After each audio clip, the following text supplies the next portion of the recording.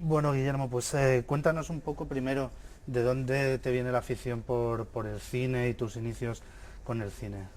Bueno, la realidad es que yo tengo la memoria más temprana cinematográfica, es de una versión de Cumbres Borrascosas con Laurence Olivier, que vi en el cine, un cine que se llamaba el Cine Park, con mi mamá de pequeñito y me quedé dormido.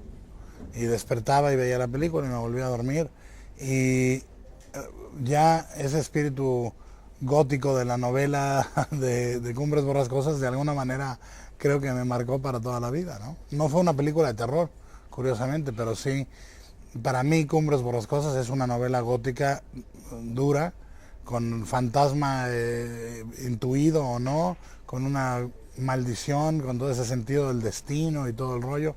Entonces, ahí empieza mi experiencia como espectador y como de muy pequeñito me fui haciendo muy aficionado a las películas de género, de horror, a la televisión de horror, eh, y poco a poco empecé a distinguir actores, primero actores, después directores, y yo de muy pequeñito ya viajaba a los cines solo en autobús para llegar, para llegar a ver una película el domingo en matiné, una japonesa, una italiana de terror, de Mario Bava, lo que fuera que pasaran, de Ricardo Freda, lo que hubiera esa semana en el cine. Pasaban normalmente de horror y por las tardes o en las mañanas películas para niños. Entonces se confundía Walt Disney conmigo con películas de horror italianas o japonesas. ¿Y cuándo empezaste a dirigir? Cuéntanos un poco tus cortos en Super 8 y... Bueno, yo empecé con el Super 8 con películas que compraba para proyectar en Super 8, que era un poco lo que ahora sería el DVD, pero eran versiones comprimidas. Entonces, por ejemplo, la versión del altar, el altar escarlata con Boris Karloff, empezaba, veías una escena del principio y luego ya estaba la casa en llamas y moría. Eran como versiones muy cortitas y había incluso Super 8 que duraban 10 minutos, que te condensaban la película en 10 minutos. Era como el Reader Digest. Entonces las empezaba proyectando y mi papá tenía una cámara de que era la misma marca del proyector, creo que era una Canon, una Chinon, una de estos de aquel entonces, y tomé la cámara de mi padre y un par de rollos de película que tenía él y empecé a hacer mis propias películas con mis muñecos. Y me empezó a gustar y a gustar y a gustar, y cuando vi proyectada era llevar los rollos a la farmacia, un poco como en Arrebato.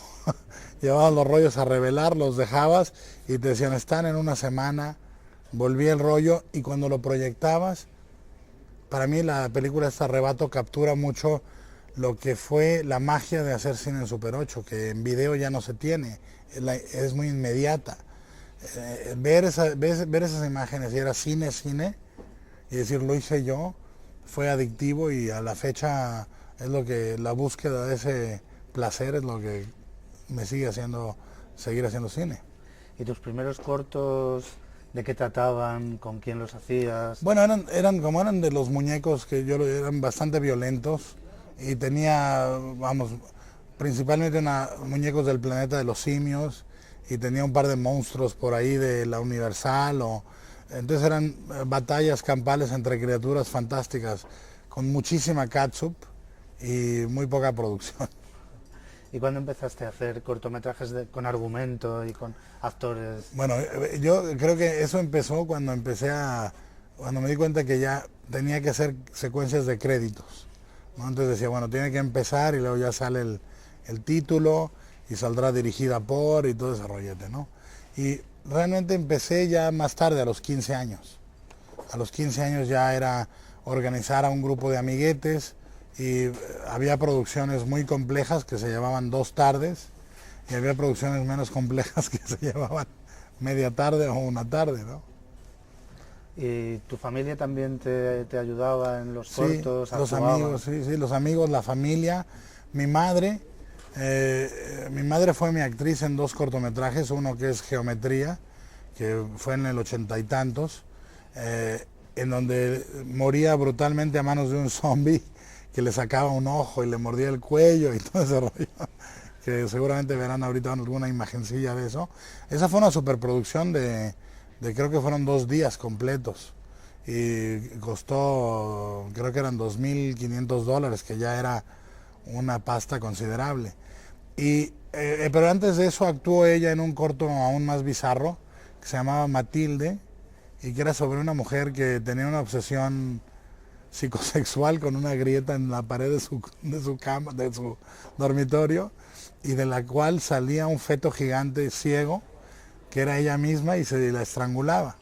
O sea, una historia profundamente anormal, pero divertida. ¿Y cuándo te planteaste empezar a trabajar profesionalmente en eso mismo que hacías por afición y por diversión? Bueno, lo curioso es que digo, del Super 8 ahorita, mi actitud hacia el cine personal no ha variado, en el sentido de que siempre pensaba yo todo el dinero que oía o el que ganaba trabajando en otras cosas, siempre lo computaba en términos de para cuánto me alcanza, para un corto de 10 minutos, de 5, de 10, de 20, y sigo pensando igual. Cuando tengo dinero siempre pienso, esto me alcanza para 2 días de rodaje, un día más de rodaje. Entonces la actitud nunca se ha profesionalizado en ese sentido. Se ha profesionalizado en el sentido de la disciplina, del orden y todo eso. Pero como yo me formé en los rangos de asistencia, o sea, yo sin darme cuenta empecé pues a hacer efectos especiales para los cortometrajes de amigos, a hacer asistencia de dirección para largometrajes de amigos, o a hacer cualquier tontería trabajando en los cortos o largos de otros. Me fui, vamos, como metiendo en la estructura de lo que es un set de cine sin darme cuenta, ¿no? Y recuerdo muy claramente que hacia el 86, 85, yo me pregunté qué podría yo hacer para que se hiciera la película de Cronos, que ya la estaba planeando. En aquel entonces se llamaba El vampiro de Aurora Gris. Y yo pensaba, bueno, lo que debo hacer es buscar un ángulo profesional que nadie más tenga y que yo pueda explotar únicamente y que me sirva para pedir favores y ganar favores, y eso fue el maquillaje de efectos especiales. Entonces ahí fue como el principio de todo eso, pero era paralelo. Hacía yo mis cortometrajes y hacía maquillajes y efectos especiales para otras personas. ¿Y cómo surgió? ¿Cuál fue el origen de la historia y del proyecto de Cronos?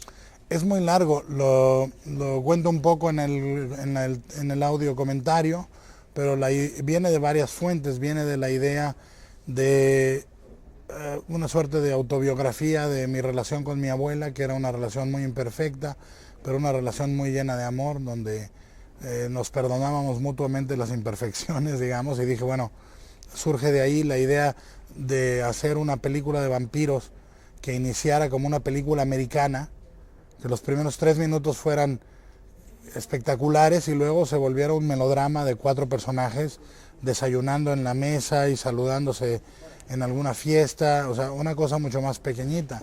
Entonces de ahí, más si a eso le sumas la idea de la adicción a un insecto, que un insecto se pudiera volver, el jugo de un insecto inyectado en tu carne fuera adictivo, que, en fin, cosas bizarras. En el audiocomentario irán un pelín más, pero viene de obsesión por la alquimia, reinventar el vampirismo, un humilde meta para primera película, ¿no? Así, ¿cómo hacer persona de vampiros que no sea el origen normal, ¿no? En el primer guión de Cronos, curiosamente, era una mordida la que lo transformaba. El tipo era relojero y se quedaba a trabajar tarde, salía de la relojería, se encontraba un vagabundo que le decía una ayuda por el amor de Dios, y el tío se acercaba y el vagabundo lo metía a un callejón y lo mordía. Y era el mismo proceso, pero esto es el primer guión, que debe datar del 84, ¿no? ¿Cuántas versiones más